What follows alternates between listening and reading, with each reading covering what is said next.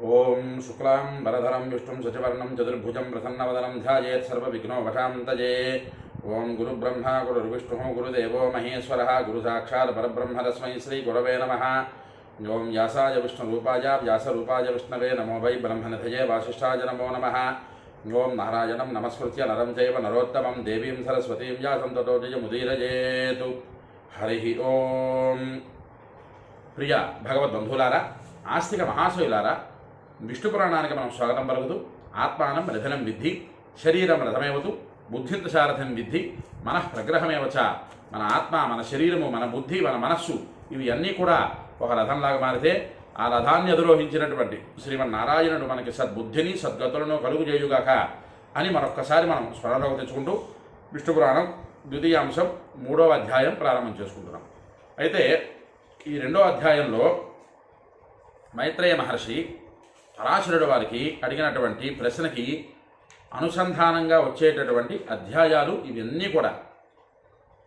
2వ అంశం ద్వితీయ అంశంలో మొట్టమొదటి ప్రశ్న అడిగినటువంటి 2వ అధ్యాయంలో పరాశరుడు వారికి మైత్రేయ మహర్షి అడిగినటువంటి ప్రశ్న, ఓ మహాభాగ, వివరాలు చెప్తున్నావు, ద్వీపములు ఉన్నాయని, పక్షములు ఉన్నాయని, వర్షములు ఉన్నాయని, నరకలోకాలు ఉన్నాయని, వాటి వివరణ నాకు పూర్తిగా వివరించు అంటూ యావంత సాగరా ద్వీపాస్తథా వర్షాని పర్వతాః వనాని చరితః వృయో దేవాదీనాం తథామునే అన్న శ్లోకం ఒక్కటి ఉటంకించారు.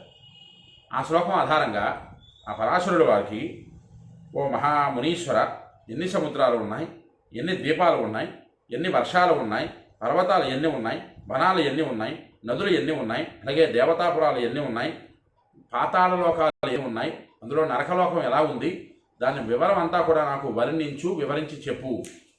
నేను వినాలి అనుకుంటున్నాను. దానికి నాకు అర్హత ఉన్నవాడిని అయితే ఆ భూగోళ వర్ణన గురించి వినేటటువంటి అర్హత నాకు ఉన్నది అని నీవు కానీ అనుకున్నట్లయితే నాకు తప్పనిసరిగా దానిని వివరించు అని ఆ పరాశరుల వారికి మైత్రేయ మహర్షి అడగగా దాంట్లోంచి వచ్చినటువంటి భాగాలు ఇవన్నీ కూడా. అందులోని భూగోళ వర్ణనము, అందులోని మేరు పర్వతము, అందులోనే మేరు పర్వతం మీద ఎన్ని యోజనాల విస్తీర్ణంలో మహాపురి అనేటటువంటి గ్రామం ఉన్నది. ఆ గ్రామంలో బ్రహ్మదేవుడు నివసించేటటువంటి వాడు. ఆ బ్రహ్మదేవుని చుట్టూరా ఉండేటటువంటి వర్షములు ఎన్ని, ఇలావృత వర్షం, గంధమాదన వర్షం, భారత వర్షం, ఇలాగ ఎన్ని వర్షములు ఉన్నాయి. అలాగే విష్ణు పాదముల నుంచి వచ్చినటువంటి నది గంగా నది ఆ మహాపురి అంటే బ్రహ్మదేవుడు నివసించేటటువంటి గ్రామంలో పడి అక్కడి నుంచి ఎన్ని భాగాలుగా మారి సముద్రంలోకి వెళ్ళింది. ఇవి అన్నీ కూడా 2వ అధ్యాయంలో చెప్పుకున్నాం. ఇకపోతే ఈ 3వ అధ్యాయానికి వచ్చేసరికి ఈ 3వ అధ్యాయంలో భారతాది నవఖండ విభాగము అని ప్రారంభం చేశారు పరాశరులు వారు. చాలా పరమ పవిత్రమైనటువంటి అధ్యాయాలలో ఇదొక అధ్యాయం. భారతాది నవఖండ విభాగము, మనం ఎక్కడున్నాము అని చెప్పేటటువంటి అద్భుతమైనటువంటి వరం ఈ అధ్యాయం. అయితే గురువుగారు ఇంతకు ముందు మీరు చెప్పారు కదా, ఇక్కడ భరతవర్షంలోనే కర్మభూమి అన్నారు, మిగతా అన్ని భూములలో కూడా భోగభూమి తప్పిస్తే కర్మభూమి అనలేదు కదా. ఈ భోగభూమి వారు చేసినటువంటి పుణ్యం ఏమిటి, భోగాలు అనుభవించడానికి, కర్మభూమి వారు చేసినటువంటి పాపం ఏమిటి, ఈ కర్మలు ఆచరించడానికి అన్న ఒక అనుమానం కలగచ్చు. ఆ అనుమాన నివృత్తి ఇంచుమించుగా ఈ అధ్యాయంలో జరిగిపోతుంది. అవకాశం అయితే ఈ వీడియోలోనే దాని నివృత్తి మనం చెప్పుకునే ప్రయత్నం చేద్దాం. ఇక్కడ పరాశరుడు వారు ప్రారంభం చేస్తూ ఉటంకిస్తూ, శ్రీ పరాశర ఉవాచ, ఉత్తరం యత్ సముద్రస్య హిమద్రస్యైవ దక్షిణం వర్షం తద్భారతం నామ భారతి యత్ర సస్తతి యత్ర సంతతి నవయోజన సహస్రో విస్తారోస్య మహామునే కర్మభూమిరియం స్వర్గ మపవర్గం చ గచ్చతాం అని ప్రారంభం చేశారు. మొట్టమొదట పరాశరుడు వారు ప్రారంభం చేస్తూ ఆయన చెబుతూ, ఓ మహాముని మైత్రేయ మహర్షి, మేరు పర్వతానికి దక్షిణాన ఉండేటటువంటి ఒక సముద్రం, ఆ సముద్రానికి ఉత్తర భాగంలో ఉండేటటువంటి హిమగిరి, ఆ సముద్రానికి ఉత్తరంగాను అలాగే హిమగిరి పర్వతానికి దక్షిణంగాను ఉన్నటువంటి వర్షం పేరే భారత వర్షము అని ప్రారంభం చేశారు. ఇక్కడ పట్టుకోండి, చాలా గట్టిగా పట్టుకోండి. ఎందుకు నేను చెబుతున్నానంటే, చాలా మొట్టమొదటి పదంలోనే చెప్పారు పరాశరుల వారు ఏమిటి, మేరు పర్వతానికి దక్షిణంగా ఉండేటటువంటి సముద్రము, ఆ ఆ సముద్రానికి ఉత్తరంగా ఉండేటటువంటి, అలాగే హిమగిరి పర్వతానికి దగ్గరగా ఉండేటటువంటి వర్షము పేరు భారత వర్షము. అంటే మేరు పర్వతానికి దగ్గరగానే మన భారత భూమి ఉన్నట్టుగా ఇక్కడ చెబుతున్నారు పరాశరుడు వారు. ఎప్పుడు చెప్పారు ఇది? విష్ణు పురాణం. ఎప్పుడు ఇది? ఎన్ని వేల లక్షల సంవత్సరాల క్రితంది ఈ పురాణం. ఆ పురాణంలో చెప్పినటువంటి అద్భుతమైనటువంటిది. సముద్రానికి ఉత్తరంగాను హిమగిరికి దక్షిణంగాను ఉండేటటువంటి వర్షం పేరు భారత వర్షం అని చెప్పబడుతోంది. అలాగే ఇచ్చటి సంతతికి భారతి అని పేరు కలదు. దీని విస్తీర్ణం 9,000 యోజనాల విస్తీర్ణం కలదు. అలాగే స్వర్గము మోక్షము కోరుకునేవారికి, అలాగే తృప్తికి తత్ప్రాప్తి పొందేవారికి అనుకూలమైనటువంటి కర్మభూమి ఇది. మొట్టమొదటి శ్లోకంలోనే పరాశరుడు వారు అత్యద్భుతమైనటువంటి వివరాన్ని మనకు అందిస్తున్నారు. ఇక్కడ మనం అర్థం చేసుకోవడంలోనే ఉన్నది మిగతా ఘట్టం. చూడండి, స్వర్గము కానీ మోక్షము కానీ ఇవి రెండూ కూడా సంపాదించాలి అంటే ఈ ఒక్క భూమికే అధికారం ఉన్నది. మిగతా భోగభూములలో స్వర్గమోక్ష ప్రాప్తి కోసం ప్రాకులాడేటటువంటి అధికారం, అవకాశం తక్కువ, అసలు లేదనే చెప్పారు ఇక్కడ. ఈ ఒక్క భూమి దగ్గరే ఉంది కదా దానికి అధికారం, అంటే మిగతా ఎక్కడా కూడా లేనట్టే కదా. కర్మభూమి, కర్మాచరణ ఆచరించిన ప్రతి ఒక్క మానవుడు కూడా తను కోరుకునే స్వర్గమా, పునర్జన్మరాహిత్యమైనటువంటి మోక్షమా, ఈ రెండింటిని సాధించగలిగేటటువంటి భూమి ఒక్క కర్మభూమి. అందుకే దీన్ని కర్మభూమి అన్నారు. దీనిలో పుట్టినటువంటి ప్రతి ఒక్క మానవుడు కూడా తెలుసుకోదగ్గ ప్రథమమైనటువంటి విషయం ఏమిటయ్యా అంటే, మరలా మనకి జన్మ అవసరమా లేదా? మరలా జన్మ అవసరం లేదు అనుకుంటే చక్కగా ఈ భగవంతుడు ఇచ్చినటువంటి ఆశీర్వచనాన్ని చేసినటువంటి ఈ మానవ జన్మని సార్థకత చేసుకోవాలి అంటే ధర్మ మార్గం గుండా నడుస్తూ భగవద్ ఆరాధన చేస్తూ మన జీవితం కొన్ని వందల వేల లక్షల మందికి ఒక మార్గోపదేశం అవుతూ అంత్యమందు పునర్జన్మ రాహిత్యమైనటువంటి కైవల్యాన్ని పొందాలి. ఒక వివేకానందుడు, ఒక రామకృష్ణ పరమహంస, శంకర పీఠాధిపతులు, సన్యాసులు, అలాగే ఒక అన్నమాచార్య, ఒక భక్త కన్నప్ప, ఇలాగా ఎంతోమంది భగవంతుడు నిర్దేశించినటువంటి మార్గాన్ని అనుసరిస్తూ వారు పునర్జన్మరాహిత్యమైనటువంటి కైవల్యాన్ని పొందారు. ఆ కైవల్యాన్ని పొందడానికి ఒక్క మార్గం ధర్మము, భక్తి, భగవంతుడు, ఈ మూడింటిని పట్టుకొని నడవడానికి ఉన్న ప్రదేశం ఒక్కటి కర్మభూమి. అదే మన భారత భూమి. సరే, దీనికోసం ఇంకా మనం వివరంలోకి వెళితే ఇప్పటికీ 9 నిమిషాలు అయిపోతున్నది. ఇది ఇక్కడ వరకు మనం దీని ఇంట్రడక్షన్ చెప్పుకొని ఆపుకుందాం. ఇది కర్మభూమి అంటూ మహేంద్రోమలయ సహ్య శక్తిమాన్ వృక్షపర్వత వింధ్యస్య పరియాత్రస్య సప్తత్ర కులపర్వతా. ఈ కర్మభూమికి దాఖలా పరాశరుడు వారికి మైత్రేయం అడిగారు కదా, ఎన్ని పర్వతాలు ఉన్నాయి, ఎన్ని నదులు ఉన్నాయి, వాటి వివరం చెప్పండి అని చెప్పి ఇందులో చెబుతున్నారు. ఇక్కడ మహేంద్రం, మలయం, సహ్యం, శక్తివంతం, వృక్షం, వింధ్యం, పరియాత్రం, ఇవి 7 కూడా ఇచ్చట కులపర్వతములు అని చెప్పారు.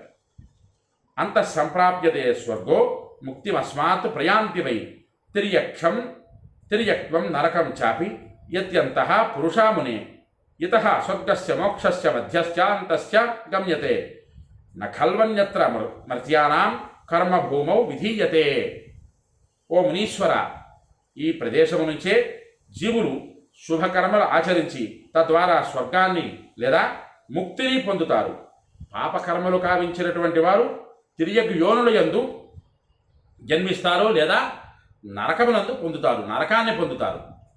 అలాగే సరే, ఇక్కడ తిరియజ్ఞానులు అంటే జంతువునాం నరజన్మ దుర్లభం, జంతువులన్నింటిలో కూడా దుర్లభమైనటువంటిది మానవ జన్మ. అంత అత్యుత్తమమైనటువంటి జన్మని సముపార్జన చేసినటువంటి మానవుడు భక్తిగా ధర్మబద్ధంగా నడుచుకుంటే ముక్తిని పొందుతాడు. లేని పక్షంలో మానవుడి కన్నా అధమమైనటువంటి జీవులలోకి వెళ్ళి మళ్ళా పుట్టడం, మరణం, పునరభిజననం, పునరభిమరణం అనేటటువంటి ప్రకారంగా నడుస్తూ ఉంటాడు అని ఇక్కడ చెబుతూ, ఇక్కడ నుంచే మానవులు స్వర్గము, మోక్షము, అంతరిక్షము, పాతాళము చేరుకుంటారు. మర్త్యులకు ఇక్కడ తప్ప మరొక చోట భూమి యందు కర్మ విధి విధించబడలేదు. నీవు భగవంతుణ్ణి ఆరాధన చేసి భగవంతుని పాదపద్మాదుల దగ్గరికి చేరి భగవంతుడిలో ఐక్యం అవ్వడానికి కర్మ ఒక్కటే ఆచరణ. కర్మ చేసి చేసి చేసి చేసి ఒక్క కర్మయందే మగనం అవ్వకుండా, ఒక్క కర్మయందే ఉండిపోకుండా అంత్యమందు భగవంతుడిలో కలవడానికి విధించబడినటువంటి కర్మలు ఎన్నో ఈ భూమి యందే ఉన్నాయి. మిగతా ఎక్కడా ఏ భూమి యందు కర్మాచరణ విధించబడలేదు అని చెబుతూ ఇంద్రద్వీప కుశేరుమాన్ తామ్రపర్ణో గభస్తిమాన్ నాగద్వీపస్తథా సౌమ్య గంధర్వస్తధ్వర క్షమించండి. ఇంద్రద్వీప కుశేరుమాన్ తామ్రపర్ణో గభస్తిమాన్ నాగద్వీపస్తథా సౌమ్య గంధర్వస్తధ్వర వారుణ అయంతు నవమస్తేషాం ద్వీప సాగర సంవృత యోజనానాం సహస్రంతు ద్వీపోయం దక్షిణోత్తరాత్తు అని చెబుతున్నారు. ఇంద్రద్వీపము, కుశేరువు, తామ్రపర్ణము, గభస్తిమంతము, నాగద్వీపము, సౌమ్యము, గంధర్వము, వారుణం అనేటటువంటి ప్రదేశాలు. వీటిలో 9వ ద్వీపం సాగరంచే చుట్టుకొనబడి ఉంది. అది ఉత్తర దక్షిణాలుగా 1000 యోజనాల పరిమితి కలిగినటువంటి ద్వీపం. ఇదే భారత ద్వీపము అని వరాహ పురాణం ఉటంకించింది అని చెబుతున్నారు. మొత్తం ద్వీపాలు 9 ద్వీపాలు. సరే, కింద ఈ ఘట్టాలలో గురువుగారు 7 ద్వీపాలనే చెప్పారు. జంబూ ద్వీపం, లక్షద్వీపం, శాఖర్ ద్వీపం, శాలమలి ద్వీపము. ఇక్కడికి వచ్చేసరికి 9 అని చెప్తున్నారు. దీనికి దానికి విధానం మార్పు ఎక్కడొచ్చిందండి అని మీరు అడగచ్చును. ఇక్కడ మనం మేరు పర్వతం దగ్గర ఉండేటటువంటి ఈ భారతవర్షంలో మళ్ళీ 9 ద్వీపాలు ఉన్నాయి. అనేక కోటి బ్రహ్మాండ మండలాయ నమః. ఒక బ్రహ్మాండం కాదు, అనేక కోటి బ్రహ్మాండాలు ఉన్నాయి. అందులో ఒక బ్రహ్మాండంలో మనం నివసించుతున్నాం. అందులో ఉండేటటువంటి భారతవర్షంలో 9 ద్వీపాలు ఉన్నాయి. వాటి పేర్లు కూడా ఇప్పుడు చెప్పుకున్నాం. అందులోని 9వ ద్వీపం సముద్రం చుట్టుకుంటూ దాని మధ్యస్థమంలో ఉండేటటువంటి ద్వీపము భారత ద్వీపం అని వరాహ పురాణం చెబుతున్నది అని చెబుతూ పూర్వే కిరాత యస్యస్యు పశ్చిమే యవనాః స్థితాః బ్రాహ్మణ క్షత్రియ వైశ్య మధ్యే శూద్రాస్య భాగశః. ఇక్కడ ఈ పరాశరుడు వారు ఉటంకిస్తూ భారతాది నవఖండ విభాగంలో ఈ భారతవర్షానికి తూర్పులో కిరాతులు ఉన్నారు అని, పడమట దిక్కులో యవనులు ఉన్నారు అని, మధ్యమ భాగస్థమంలో బ్రాహ్మణులు, క్షత్రియులు, వైశ్యులు, శూద్రులు ఉన్నారని చెబుతూ ఉన్నారు. దిక్కుమాలిన ఆర్యులు, ద్రావిడ సిద్ధాంతం ఈ పురాణంలో ఎక్కడా ఏ పురాణంలోనూ చెప్పలేదు. కాకపోతే కొంతమంది సెక్యులర్ అనేటటువంటి పేరు పెట్టుకొని వారు తెచ్చినటువంటి ఆర్య ద్రావిడ సిద్ధాంతము. సరే, వారికి అవసరం వచ్చినప్పుడు ఆర్య ద్రావిడ సిద్ధాంతం మాడతారు, లేకపోతే అవసరం లేదు వాళ్ళకి.